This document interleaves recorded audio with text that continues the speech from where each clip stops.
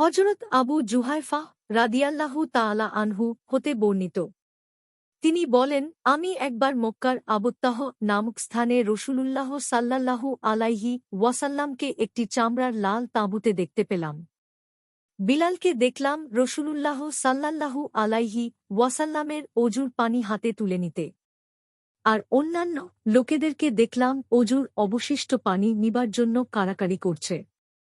যারা তাঁর ব্যবহারের অবশিষ্ট অজুর পানি আনতে পেরেছে তারাই তা বারাকাতের জন্যে সারা শরীর ও মুখমণ্ডলে মাখছে।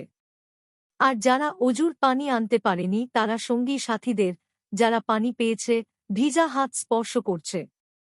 এরপর আমি বিলালকে দেখলাম হাতে একটি বর্শা নীল ও তা মাটিতে পুঁতে দিল। এ সময় রাসূলুল্লাহ সাল্লাল্লাহু আলাইহি ওয়াসাল্লাম বের হয়ে এলেন। কাপড়ের কিনারা সামলে লোকদেরকে নিয়ে 2 রাকাত নামাজ আদায় করলেন। সে বর্শাটি তখন তাঁর সামনে ছিল। এ সময় মানুষ ও জন্তু জানোয়ারকে দেখলাম বর্শার বাইরে দিয়ে যাতায়াত করছে। বুখারী 376, মুসলিম 503, আবু দাউদ 520, সহিহ ইবনু খুজাইমা 2394। মিশকাতুল মাসাবিহ 773। হাদিসের মান সহিহ।